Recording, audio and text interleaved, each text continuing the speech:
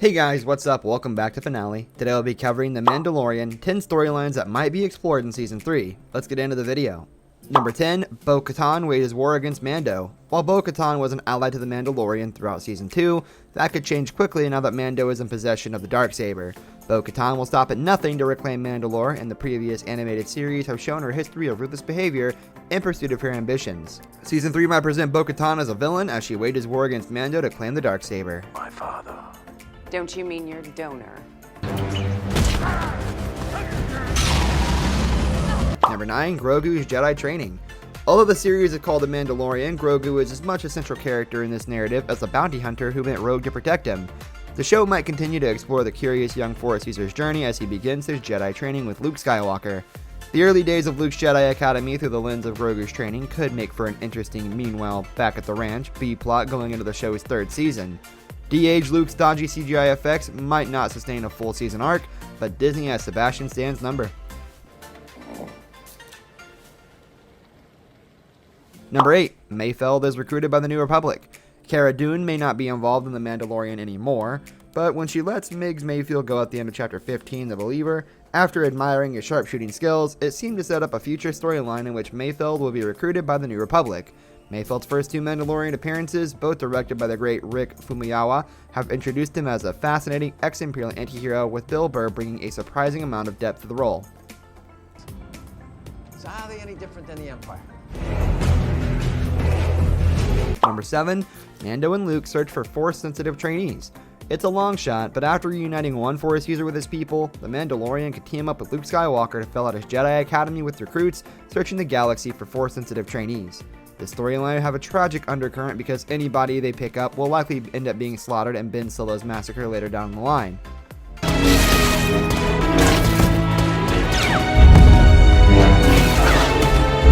Number 6, Moff Gideon's imprisonment.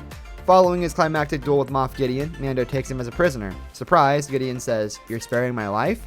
Well, this should be interesting." Yes, it should be. Moff Gideon is fiercely loyal to the Empire, so loyal that he tried to shoot himself to avoid capture. So he's unlikely to become an informant, no matter how long he's interested, but it'll be interesting to watch the New Republic work him over. Panic suggests that you understand your situation. I would prefer to avoid any... Number 5, Grogu turns to the dark side. Throughout The Mandalorian's first 2 seasons, it's been hinted that Grogu could turn to the dark side. From Force-choking Cara Dune, Ahsoka's Anakin comparison, there have been a couple of morbid moments that suggest the cutest character in the Star Wars universe will one day become corrupted and evil. Maybe the reason Luke was so quick to try to kill Ben Solo in his sleep when he sensed the dark side was because he previously witnessed Grogu's turn to the dark side under his tutelage.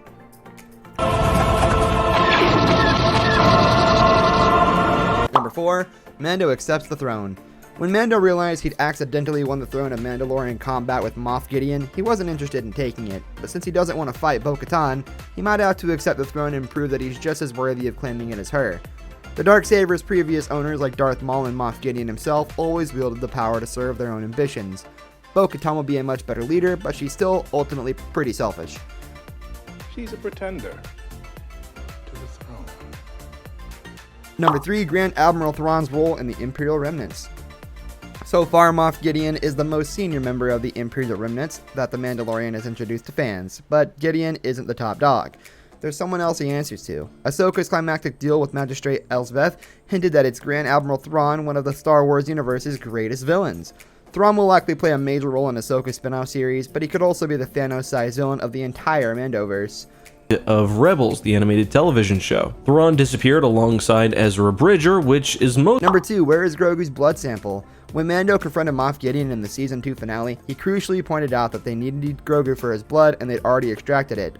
Now Mando has taken the Moff as a prisoner, but Grogu's blood sample is still out there. It's unclear what nefarious scheme the Imperial Remnants are planning to use Grogu's blood for, maybe Palpatine's resurrection or the creation of a clone army of Sith indoctrinated Force users, but if that sample has already gotten into the hands of the cloning engineer, it might not be foiled yet. In the events of the original trilogy of movies, so not only is it cool that Grogu recognizes the dark... Number 1, Bo-Katan's quest to reclaim Mandalore. Bo-Katan's quest to reclaim the Darksaber from Moff Gideon was just one step in her larger quest to reclaim Mandalore. With Grogu out of the picture, the Mandalorian is in need of a new goal to drive out the story. Din Djarin has accidentally found himself in rightful possession of the throne of Mandalore, which puts a fresh spin on the familiar fantasy narrative of potential monarchs vying for control of a kingdom. In exchange, we will keep that ship to retake Mandalore. You reconsider joining our efforts. This brings us to the end of our video. I hope you enjoyed it. Hit like if you did, and don't forget to subscribe to our channel so you don't miss out on any of our videos in the future. Also watch the 2 videos that are on your screen because I'm sure you'll love them. With that, I'll see you in the next video.